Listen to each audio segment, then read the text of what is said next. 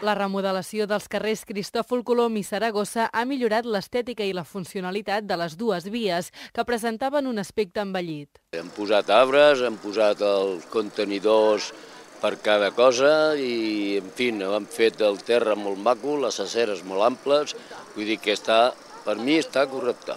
S'hi pot passar millor, les voreres més amples, crec que bé.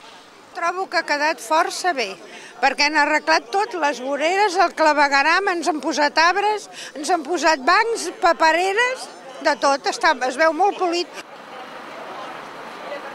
L'actuació urbanística ha consistit en l'ampliació de les voreres, la instal·lació de bancs i arbres, la millora de l'enllumenat, el soterrament dels contenidors i la renovació de la xarxa de clavegueram. Que realment estava difícil de caminar per les aceres, no? Era un lloc complicat. Ara ha quedat molt bonic, ha quedat molt ben arreglat.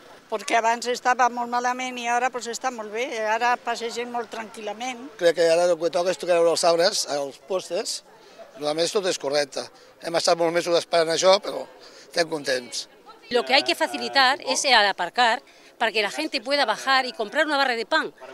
Ahora me han puesto letreros que no se puede parar ni estacionar. O sea, esto no puede ser, porque ¿qué quieren? ¿Que cierre mi negocio y eche a 3 persones a la calle? La inversió per a l'actuació urbanística, que forma part del Fons Estatal d'Inversió Local, ha estat de 400.000 euros per al carrer Colom i de 700.000 euros per al carrer Saragossa. S'ha fet una inversió molt important en els dos carrers, ho hem fet amb el Fons Estatal d'Inversió Local i bé, ara tenim dos carrers que, si bé han patit un procés d'obres que ha perjudicat els comerciants i que ha provocat alguns problemes en els veïns, cal dir que ho hem portat amb molta paciència, ells saben també que la durada de les obres i els perjudicis està acotat amb el temps i en canvi els beneficis duren molts anys.